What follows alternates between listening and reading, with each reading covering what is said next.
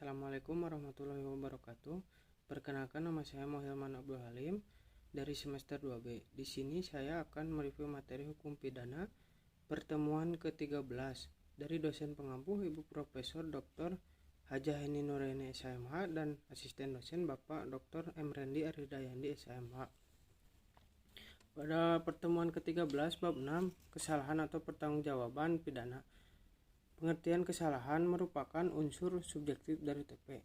Grand Strap Gender School yang tidak terdapat dalam KUHP tetapi terdapat dalam hukum tindak teroris. Kesalahan adalah keseluruhan syarat yang memberi dasar untuk adanya pencelaan pribadi terhadap perbuatan pelaku TP. Dalam arti yuridis dibagi kesengajaan, dolus atau objek, keapaan, coba. Unsur-unsur kesalahan, kemampuan bertanggung jawab, adanya hubungan batin antara pelaku dengan perbuatannya, yaitu yang berupa kesengajaan atau keapaan, tidak adanya alasan pemaaf. Pengertian kesengajaan dalam KUHP tidak ada definisi tentang kesengajaan, tetapi dalam MVT kesengajaan diartikan dengan menghendaki dan mengetahui, willen and witten. Jadi dikatakan sengaja apabila pelaku menghendaki apa yang dilakukannya dan mengetahui perbuatan yang akan dilakukan, yaitu atas dasar itu pelaku mempunyai kehendak untuk mewujudkan. Wills teori, unsur-unsur dari rumusan undang-undang.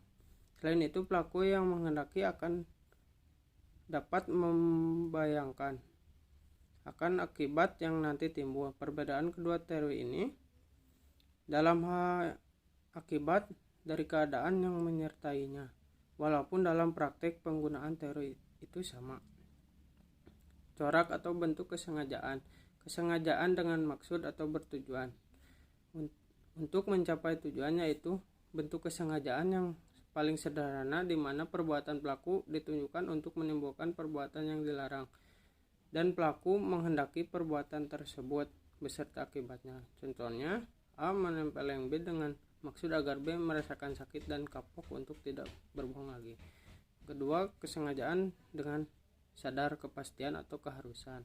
Dalam hal ini perbuatan menimbulkan dua akibat, yaitu akibat yang memang dituju oleh si pelaku, yaitu dapat berupa delik sendiri, dilakukan sendiri, dan dapat berupa penyerangan. Yang B, akibat yang tidak dikehendaki tetapi merupakan keharusan dalam mencapai tujuan sehingga akibat ini pasti terjadi atau timbul. Ketiga, kesengajaan dengan sadar kemungkinan atau bersyarat. Ada keadaan tertentu yang semula mungkin terjadi kemudian benar-benar terjadi. Contohnya arrest quietar di kota Wijin, negeri Belanda. Teori apa boleh buat atau inkaupnemen.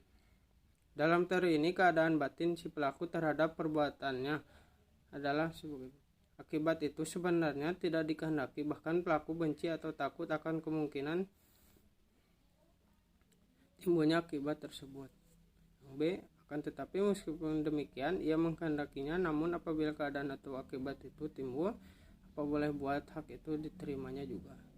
Ini berarti pelaku berani memikul resiko. Sifat kesengajaan berwarna. Sengaja melakukan perbuatan dolus-molus berarti sengaja untuk berbuat jahat. Jadi kesengajaan perlu ada kesadaran diri dari pelaku terhadap perbuatan yang dilarang. Dengan kata lain, sengaja berarti kesadaran dari si pelaku terhadap perbuatan melawan hukum. Atas dasar itu kesadaran menjadi syarat dapat dipidana pelaku. Ajaran ini sudah tidak dianut lagi karena memberikan beban yang berat kepada penuntut umum dan terutama hakim. Dalam ajaran ini hakim harus membuktikan bahwa pelaku dalam melakukan TP selain menghendaki perbuatannya juga mengetahui dan menyadari bahwa perbuatannya dilarang dan diancam dengan pidana dengan undang-undang. Kedua, kesengajaan tidak berwarna. Untuk dapat dipidana, pelaku cukup hanya dengan menghendaki perbuatannya dan tidak diharuskan mengetahui atau menyadari bahwa perbuatannya dilarang dan diancam dengan pidana. Ajaran inilah yang dianut oleh undang-undang atau hukum pidana di Indonesia. Pembagian atau jenis-jenis kesengajaan. Yang ke-1, dolus determinatus, yaitu kesengajaan tertentu yang ditunjukkan pada objek tertentu.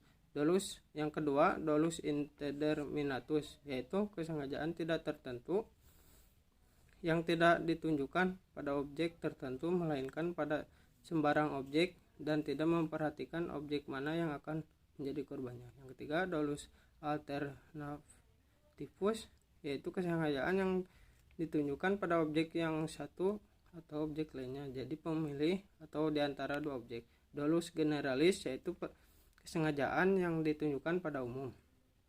Kelima, Weber's dolus generalis, yaitu kesengajaan yang ditunjukkan pada objek tertentu tetapi tidak mencapai tujuan itu dilakukan dari bukan kehendak atau tujuan pelaku. 7. Dolus premeditatus adalah kesengajaan yang direncanakan lebih dulu.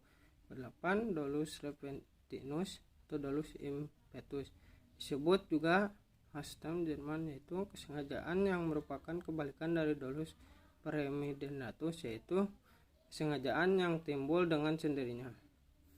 Kekeliruan atau kesesatan atau salah disebut juga tidak sengaja, dan keadaan batin seperti ini dinamakan juga kesalahan atau kekeliruan. Kesalahan yang dapat dibedakan: 1. Kesalahan peristiwa, 2. Kesalahan umum, 3.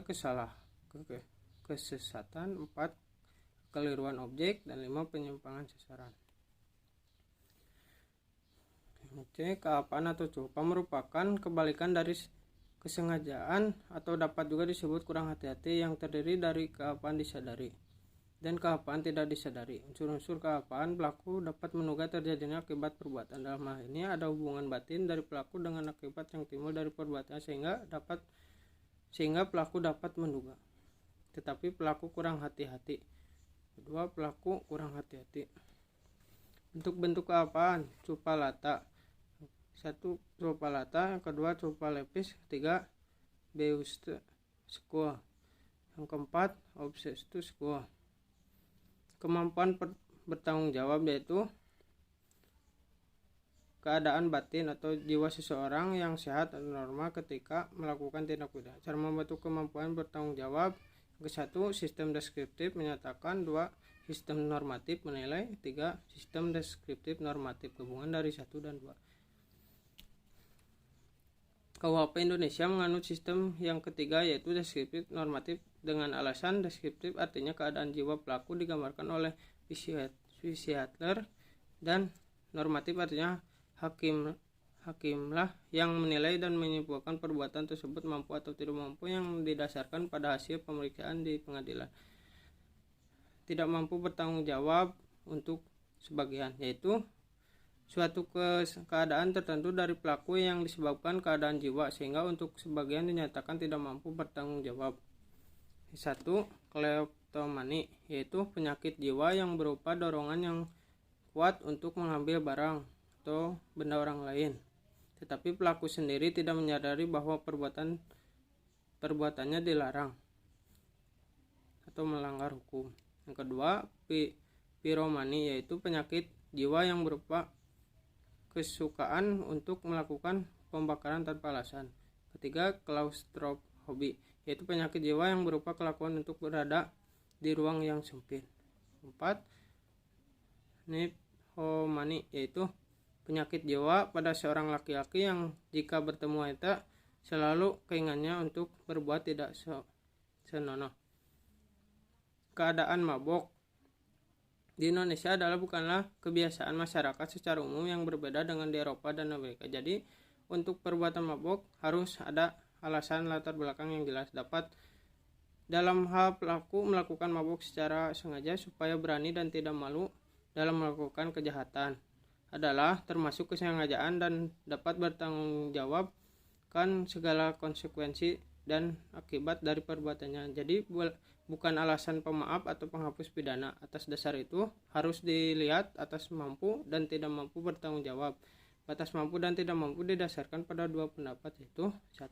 Pelaku tetap dapat dipidana asalkan dapat dibuktikan bahwa pelaku mempertanggungjawab. Yang kedua, pelaku tidak dapat dipidana karena dianggap tidak mampu bertanggung jawab. Dasar pertimbangannya adalah Apabila terjadi keraguan-raguan, maka harus diambil keputusan yang paling menguntungkan bagi terdakwa.